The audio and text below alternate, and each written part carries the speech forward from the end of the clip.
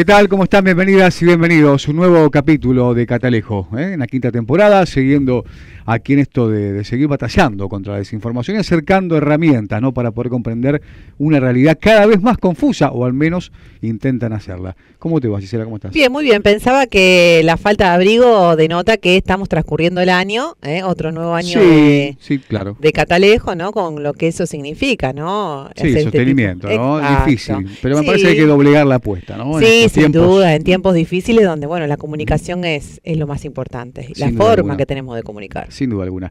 La temática de hoy es una temática importante.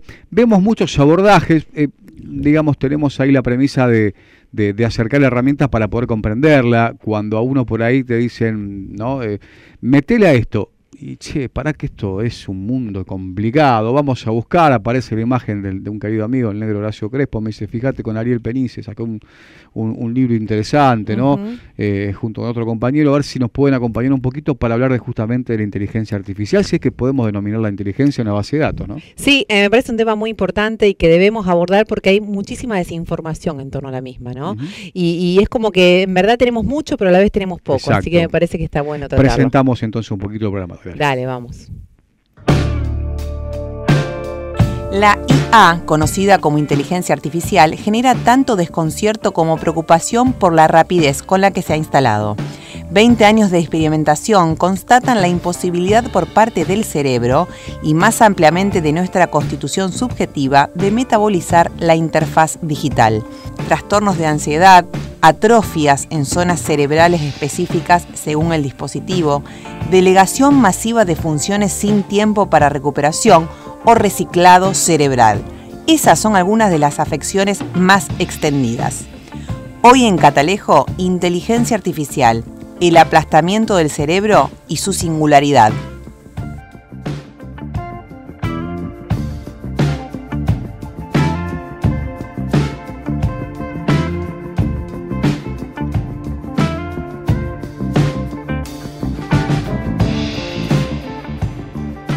Ahí está, tiene que ver con esto, inteligencia artificial, IA, ahora aparece en todos lados, ¿no? En el WhatsApp tenemos un amigo que dijo, sí, mira, le pregunté esto y me armó el... No vamos a hablar, bueno, de chavarlo, pero digo, y me armó la clase de hoy. No, pero es una herramienta que bueno, bien utilizada, está bueno, pero hay que ver de dónde te da la información esa herramienta, claro, ¿no? De dónde proviene. La información tiene cargada también, porque es una base de datos, ¿no? Sí. Por eso, bueno, Ariel Penice, que está del otro lado, ensayista, docente, editor de, ¿no? Ahora me va a decir bien porque sé que tiene una presentación amplia y queremos que no quede afuera nada, pero ante todo el agradecimiento sabemos que tiene los tiempos también bastante complejos como la mayoría, cuando hay que hacer tantas cosas a la vez.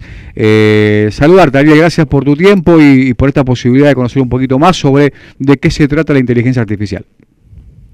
¿Cómo están? La última parte, a ver, decime, esto de que faltó de la red, para que...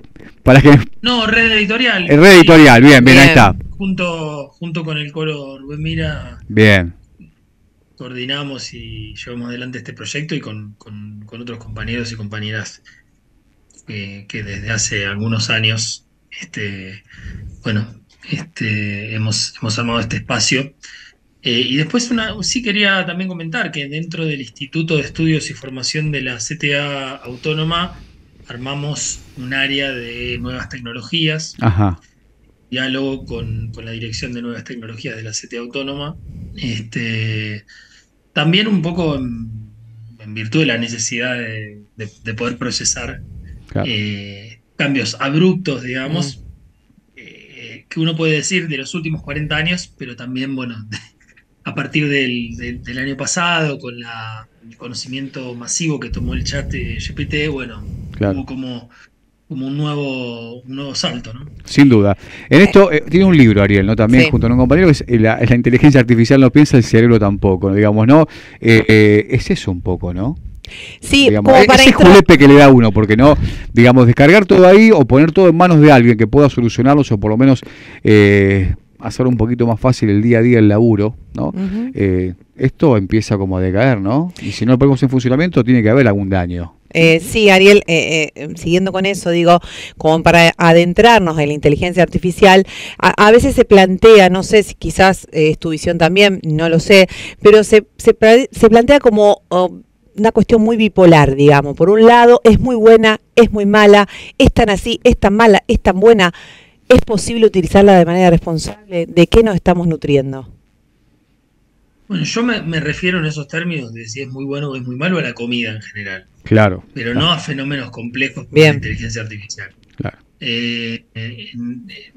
Digamos que en principio uno podría decir que hay un equívoco, que llamar inteligencia a los procesadores, digamos, que procesan información, establecen correlaciones y a gran velocidad, por cierto, y con una gran cantidad de datos, como nunca nos hubiésemos imaginado.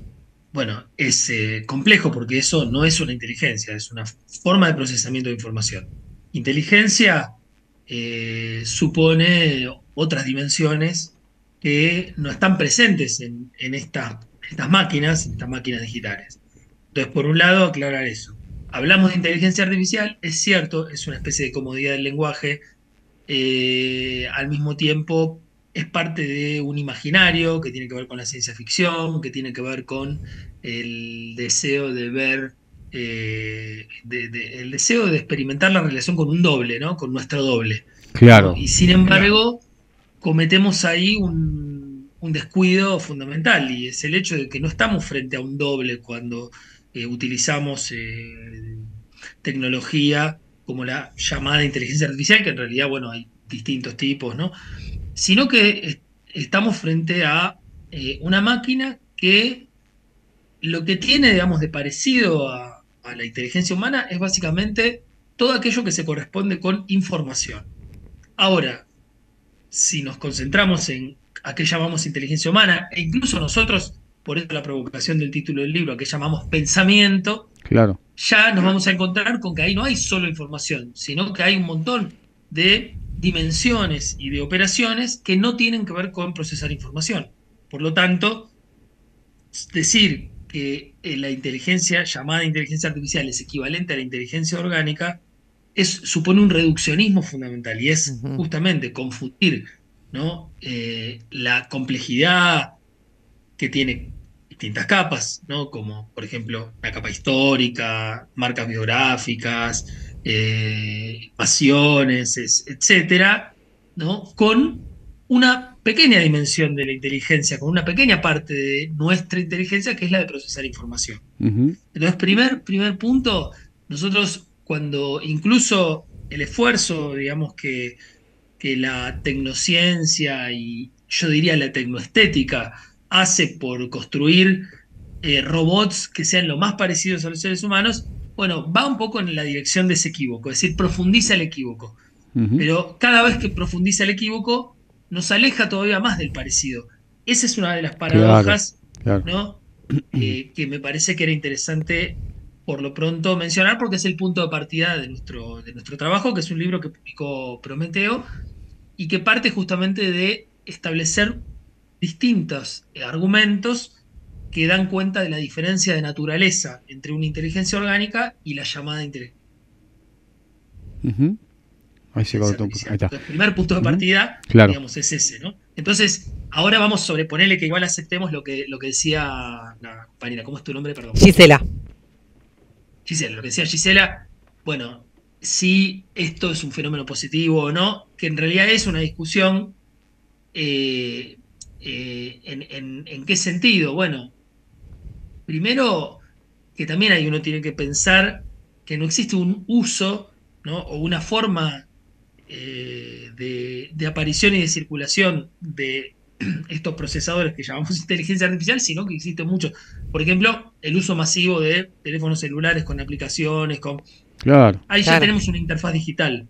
Claro. Pero también, bueno, no sé, grupos de trabajadores organizados que se valen de tecnología o se han valido de tecnologías digitales para organizarse en una lucha determinada. Entonces ahí tenemos, por ejemplo, dos situaciones totalmente distintas, ¿no? Por un lado, una situación de consumo, donde el producto se comporta como un producto en el capitalismo contemporáneo, y por otro lado tenemos, bueno, gente que organizadamente, con cautela respecto del instrumento, utiliza algunos elementos de la tecnología digital para, bueno, esos ya son como dos situaciones totalmente distintas, ¿no? Sobre todo nosotros lo que sí más que decir si es buena o mala, porque nosotros no somos ni tecnófilos ni Claro, tal tecnófobos, cual. sino que asumimos que hay un fenómeno que es irreversible. Claro. En el caso de Miguel Benazayá, con quien tuve el honor y la alegría de armar este libro, porque es un gran maestro y porque es alguien que hace más de 20 años trabaja sobre estos temas, cuando no mucha gente... Claro, se imaginaba que íbamos a terminar ahí, ¿no?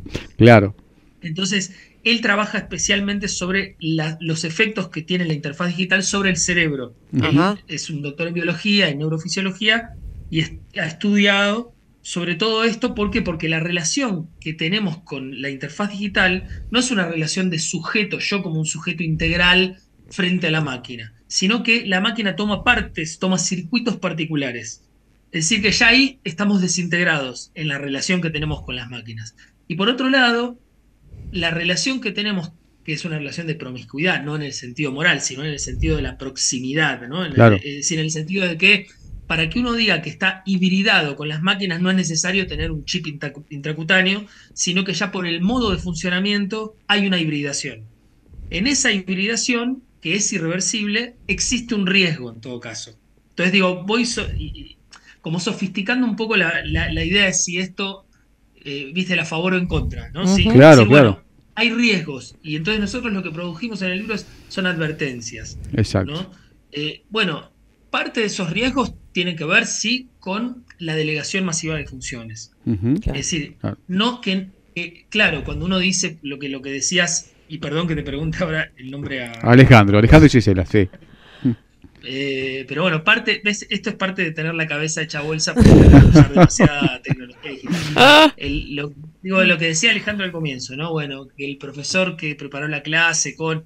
Bueno, eso ya es casi una caricatura, ¿no? O el estudiante que le pregunta y hace el trabajo con el chat, que en realidad es como parte digamos, de lo que significaba en algún momento copiarse, después hacer el corte y pegue, y que es muy fácil para un docente. Yo doy clases en la Universidad Nacional de José C. Paz, en la Universidad Nacional de las Artes, hace 16 años que ejerzo la docencia en mi universidad, y la verdad es que en un momento me pudrí del corte y pegue, de leer trabajo de corte y pegue, entonces simplemente lo que hago es un trabajo oral con una defensa argumentativa y listo, y se terminó, digamos, no hay más problema. Tal cual. Entonces digo, ese no es un problema, es decir, el problema de la delegación masiva de funciones es justamente...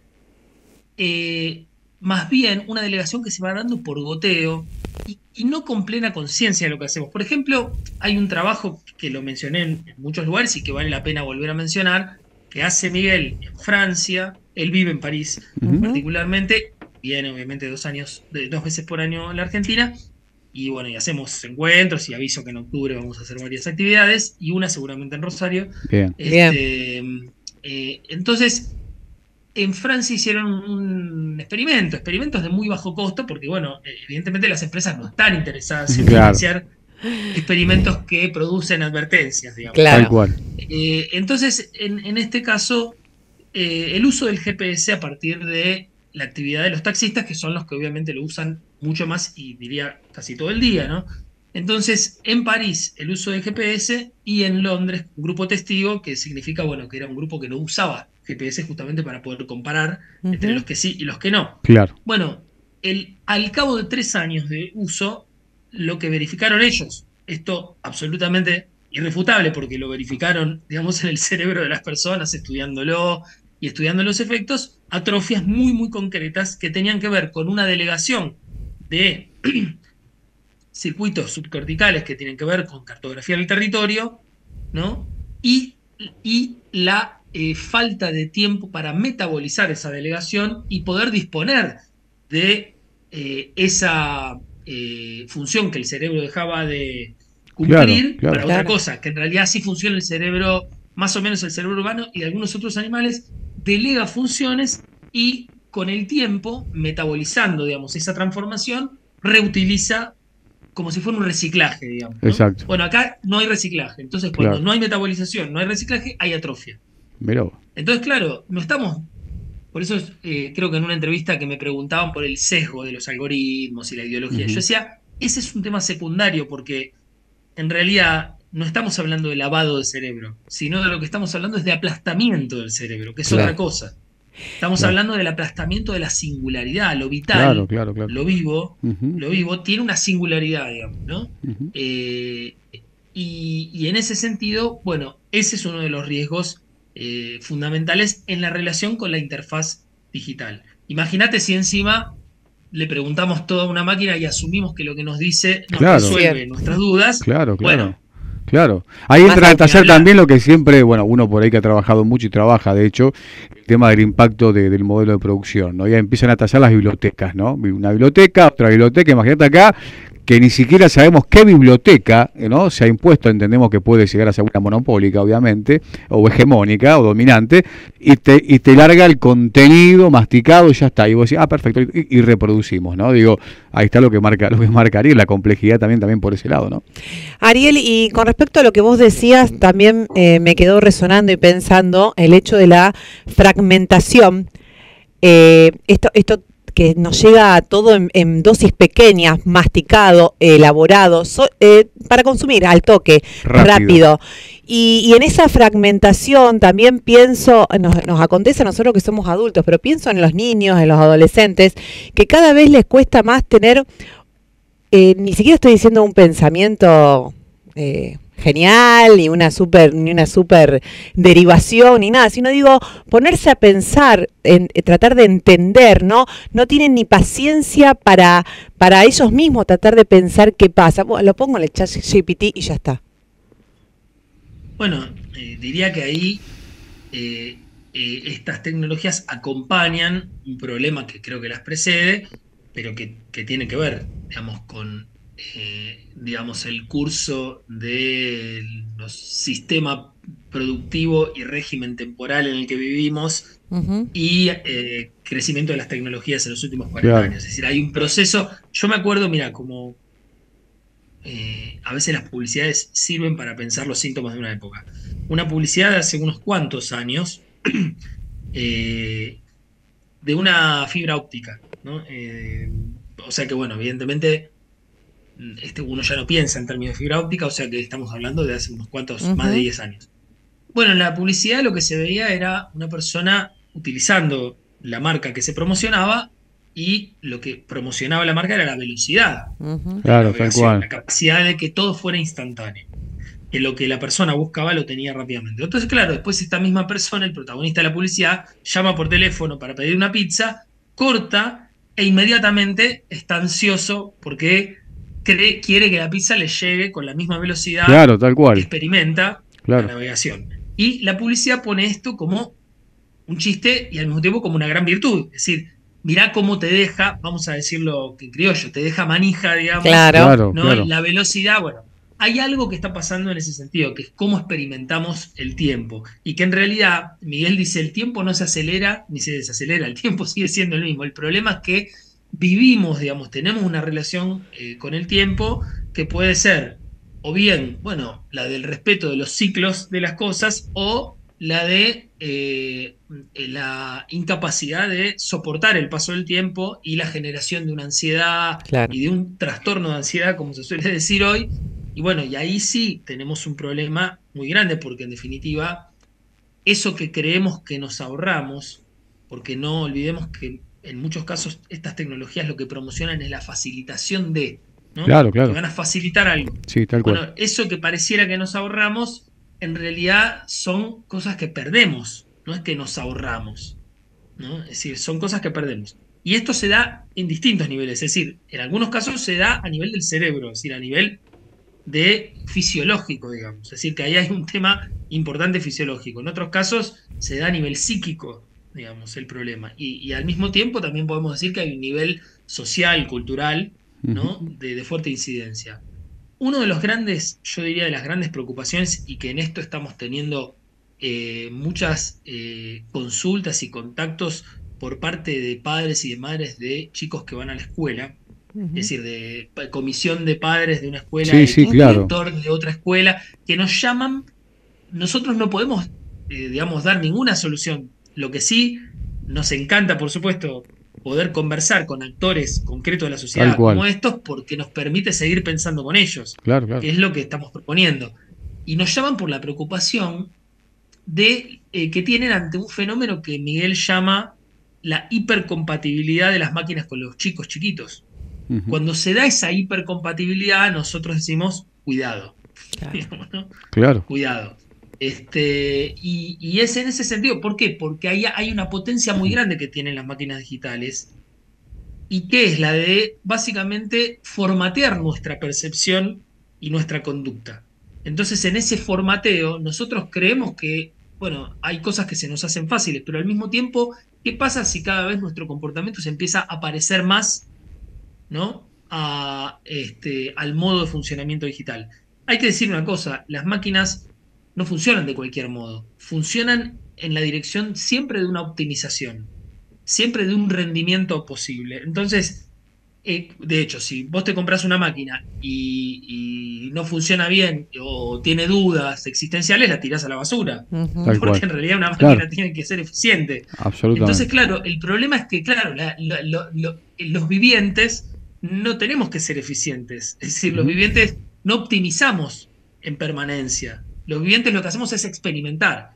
Y experimentar no es del orden de la optimización. Experimentar es otra cosa. Donde lo Tal óptimo dentro de una experimentación es una partecita, como decía antes.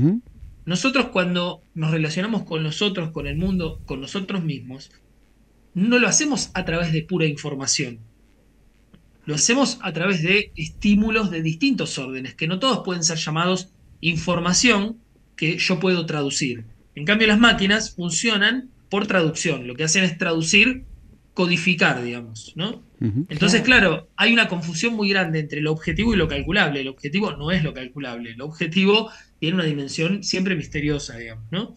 Como decía Edmundo Clemente, que fue vicedirector de la Biblioteca Nacional en la época en la que Borges fue director, ¿no? Decía, no hay ningún misterio en las cosas porque el misterio son las cosas mismas. Bueno, hay un juego ahí entre las cosas y el misterio, y que, claro, el hecho de que nos relacionemos cada vez más a través de las máquinas digitales con el mundo, bueno, de alguna manera oscurece la posibilidad de experimentar el misterio. ¿Y por qué digo la palabra oscurece? Porque, bueno, muchas veces se trata de oscurantistas a quienes justamente quieren reponer el misterio, ¿no? Y yo creo que aquí es al revés. La transparencia de las máquinas, la idea de que todo puede ser traducido y comprensible y todo puede ser autotransparente, no hay nada más oscuro y oscurantista que eso, digamos, ¿no? Tal cual. Entonces ahí, bueno, hay una dimensión, por eso digo, filosófica también. Claro. Sí, importante, vemos, claro. Son muchas capas para analizar este fenómeno. Claro, podemos entrar en hablar de colonización. Aparte, esta cuestión también de que el ser humano, ¿no?, entre la prueba y el error es fundamental para el crecimiento, ¿no?, para saber por dónde ir, digamos, lo empírico. Esto se esfuma decididamente. Hay gobiernos y gobiernos, Ariel. Este claramente es uno que impulsa ¿no?, todo este tipo de prácticas tecnológicas, futuristas, como lo llaman. ¿Hay una peligrosidad aún mayor, digamos, con gobiernos como el actual, como el de Javier Milei? Sí, lo único que nos puede salvar de las cosas que está planteando este gobierno es algo que es muy característico de los gobiernos argentinos, es que es muy trucho. Claro.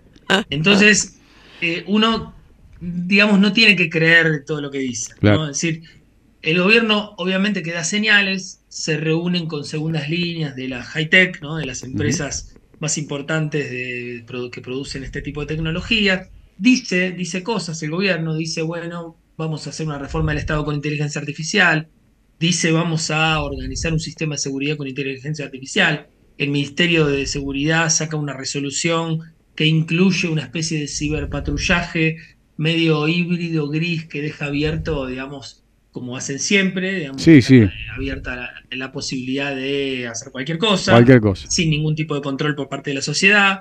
Bueno, todo eso ocurre, efectivamente. El gobierno aparece como una especie de apólogo, digamos, de la inteligencia artificial. Hay una experiencia en el Reino Unido donde un candidato a diputado se presentó diciendo que en realidad su avatar iba a ocupar el lugar en el Parlamento, y que así la gente este avatar iba a recoger las inquietudes de la gente y que la gente iba a tener una relación más directa, es decir, que en nombre de una democracia más directa se hablaba de inteligencia artificial. De vuelta, siempre partiendo de equívocos, como yo les contaba antes, es decir, porque en definitiva... Democracia directa con esto, libertarios con la actualidad, digo, cómo se va deformando tanto, ¿no? La cuestión es que para uno son tan importantes y que han dejado incluso la piel mucho, ¿no? Bueno, democracia directa, ¿no? Claro. Pero bueno, es terrible. Mira, las instituciones son fenómenos que tienen que ver básicamente con el procesamiento del conflicto y del deseo, es decir, del deseo de vivir de una determinada manera por parte de un montón de gente que no se va a poner de acuerdo y del conflicto que todo esto genera. Entonces las instituciones son mediaciones que, bueno, las sociedades van inventando para procesar, ¿no?, la conflictividad. Entonces la idea de que eliminando las instituciones y justamente a través de una tecnología autotransparente yo me saco de encima los problemas es muy peligrosa porque es un desconocimiento muy grande de el bicho humano, digamos, ¿no? Sí, entonces, tal cual. yo creo que en el fondo de los planteos del gobierno está ese desconocimiento y al mismo tiempo una cosa muy ideológica, si vamos a los autores neoliberales que cita a veces el presidente y que los cita con poco arte y como decía, es muy trucho en general lo que yo le escucho dentro de lo que yo puedo comparar con lo que conozco. Claro. Cuando habla de Hayek o de von Mises, uno ve en Hayek y von Mises la idea de una sociedad que tiene que volverse acéfala desde el punto de vista del gobierno y avanzar en la dirección de un gobierno tecnológico. Es decir, ya está en los años 40, tiempo, 50, claro. No es nada nuevo. Uh-huh. Lo nuevo es que hay tecnología hoy disponible que en ese momento no había. Claro, digamos, claro, ¿no? tal cual. En ese sentido es donde, bueno, uno empieza a hacerse preguntas, digamos. Uh-huh. Pero sí, yo creo que hay en el fondo un anhelo tiránico, digamos, ¿no? Detrás de la idea de que podemos controlar la sociedad uh-huh. con inteligencia artificial porque solo se trata de procesar información. De hecho, los neoliberales austríacos, los estadounidenses, digamos, que son, digamos, de la misma filiación, lo que dicen es que, bueno, la sociedad está regida por una sola información, que son los precios, bueno, etcétera. No era sobre esto la conversación, pero hay una derivación por otro lado. Claro. Pero es un gran equívoco antropológico, sobre todo. Claro. Porque supone un desconocimiento profundo uh-huh. de la vida colectiva. Claro. Yo tengo una mirada crítica de las instituciones modernas, tengo una mirada crítica del Estado tal como devino en lo que devino, claro. Pero tener una mirada crítica supone al mismo tiempo retomar el problema antropológico, retomar el problema del conflicto para pensar, bueno, ¿cómo lo procesaremos? ¿Con qué otro tipo de instituciones? ¿Con qué otro tipo de utopía? ¿Con qué? Uh-huh. Claro, pero acá lo que están planteando no es con qué otro tipo de, sino claro. Están diciendo eliminemos el problema. Claro. Tal cual. La solución nos la trae ahora una tecnología que es imparcial y autotransparente. Y ese, bueno, es un gran peligro, por supuesto. Sin duda alguna. No tenemos más tiempo, Ariel. Bueno, gracias por seguirnos la mesa. Vamos a continuar, porque esto es algo que la verdad, primero nos llama poderosamente la atención, también nos pone en guardia, ¿no? Nos pone en guardia, y aparte por el contexto, ¿no? Masificado y también dimensionado por el contexto que estamos atravesando socioeconómico. Y esto semblanteado también por un gobierno, como decía Ariel, que pues, se le puede creer poco, pero sigue avanzando, ¿no? Nos llama a la reflexión profunda. Sí, sin duda, y también aprovechar en algún cierto punto esta generación, la generación que somos nosotros y nosotras, ¿no? Que también hemos visto otra realidad, ¿no? Y de esa manera también poder ser nosotros en acción, claro. Digamos, quienes mostremos otra cosa. Sin duda. Ariel, te agradecemos el tiempo. Sabemos que estás las corridas, esta brecha que te hiciste para poder charlar con nosotros para la ciudad de Rosario y de alrededores. Y bueno, la promesa de que vamos a continuar, ¿no? Y a medida que vayan surgiendo también más datos e información. Y en octubre también. No en una base de datos, sino dentro de, ¿no? De la cuestión del bocho de uno, la ponemos en discusión. Y en octubre también se hay una charla claro. Aquí en la ciudad de Rosario. Sin duda alguna, sin duda alguna. Ariel, muchas gracias, Ariel. Gracias. Ariel Penice estuvo con nosotros, interesante, una introducción sí. Que nos debíamos importante, es un tema muy complejo, no hay mucha información. Es la velocidad a la que se impone la mal denominada inteligencia artificial, es tanta la velocidad que nos pone claramente en esto, en la obligación de poder empezar a debatirla, ¿no? Sí, sin duda, poner un freno, pensar, y me parece que es importante esto, ¿no? Seguir informándose y ver cuáles son las aristas posibles para esta situación que la estamos viviendo. Sin duda alguna. Hernán Pablo Cabrera estuvo en la puesta en el aire, también en la edición, el amigo García en Televisión Regional, a toda la gente del diario. Conclusión, a TBR, el agradecimiento por seguir acompañando este tipo de proyectos. Exactamente. Nos reencontramos la semana que viene. Dale, nos vemos. Chau, chau.